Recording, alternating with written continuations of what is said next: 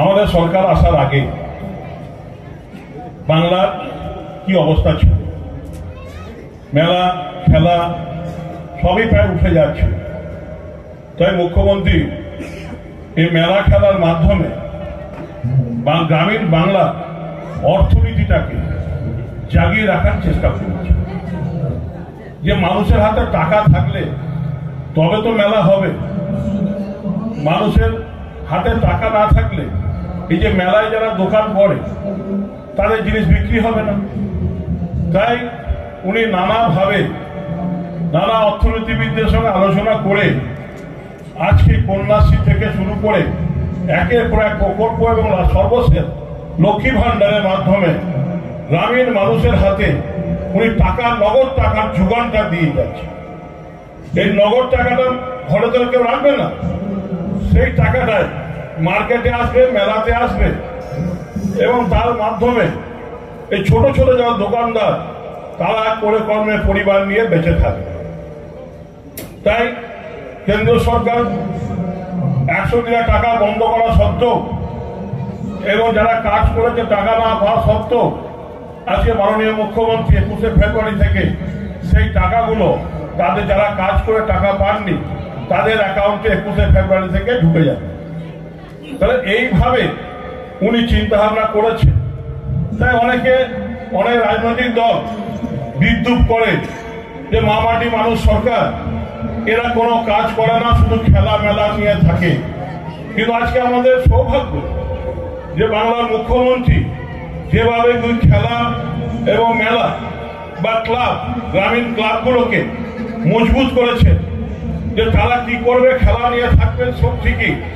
আমাদের যে গ্রামীণ শিল্প সাহিত্য সংস্কৃতি, যেটা হেতমপুর একসময় বীরভূমের মধ্যে পীঠস্থান ছিল সংস্কৃতিতে সাহিত্যতে, তারা বীরভূমকে পথ দেখাতো, সেগুলো 34 বছরে নষ্ট হয়ে গেছিল, সেই মানুষরা হারিয়ে যাচ্ছিল।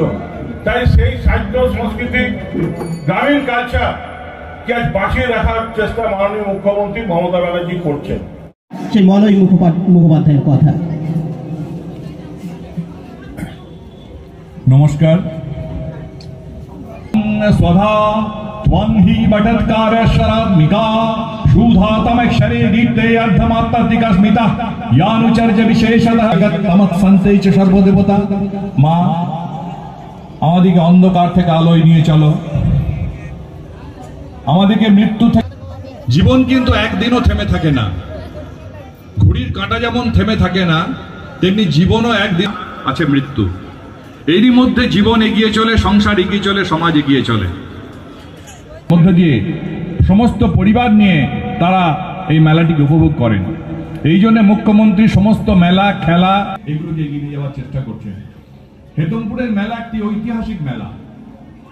এই হেতমপুর হচ্ছে সাংস্কৃতিক পীঠস্থান। আমি বলবো যে এই মেলা আমাদের এত প্রিয়, কারণ আজ আমি এখানে যে দাঁড়িয়ে আছি আমার পূর্বপুরুষের শুরু করা এই মেলাতে, সেটা আমার কাছে অত্যন্ত গর্বিত। এবং আমি যে এখানে আসতে পেরেছি, এই গ্রাম পঞ্চায়েত আমাকে ডেকেছে, এনারা আমাকে সম্মান দিয়েছেন, সেই সম্মান আমি সব মাথা নিচু করে গ্রহণ করলাম। সকলকে বলবো মেলা খুব শান্তিপূর্ণভাবে পালন করুন, এনজয় করুন, কিন্তু কোনো ঝামেলা ঝঞ্ঝট যেন না হয়। ভালোভাবে, এখানে কোনো হিন্দু মুসলিম কোনো কিছু বিবাদ ব্যাপার নেই, সকলে আনন্দ করুন, সকলে ভালোভাবে আনন্দ করুন। শুরু হয় 5 দিন মেলা থাকে। এই মেলা দীর্ঘদিন ধরে চলে আসছে রাজপরিবার হেতমপুরে, তাদের উদ্যোগে এই পুজো এবং মেলা শুরু হয়েছে। আজকে সে ধারা বহন করে এখানকার গ্রাম পঞ্চায়েত প্রধান এখানে আছেন, তিনি বা তার সাথীরা মিলে এই মেলাটা চালিয়ে নিয়ে তাই আজকের উদ্বোধনী মঞ্চে এখানে দুবরাজপুরের সমস্ত রথী মহারথীরা এসে উপস্থিত হয়েছেন। রাজ পরিবারের কন্যা যেমন আছেন, বৈশাখ যেমন বড় বড় খেলা হতো, বড় বড় ফাংশন হতো, বড় বড় যাত্রা হতো, বড় বড় নাটক হতো, সবটাই কিন্তু সেই সময়ে রাজ পরিবারের হাত ধরে এগিয়ে এসেছিল।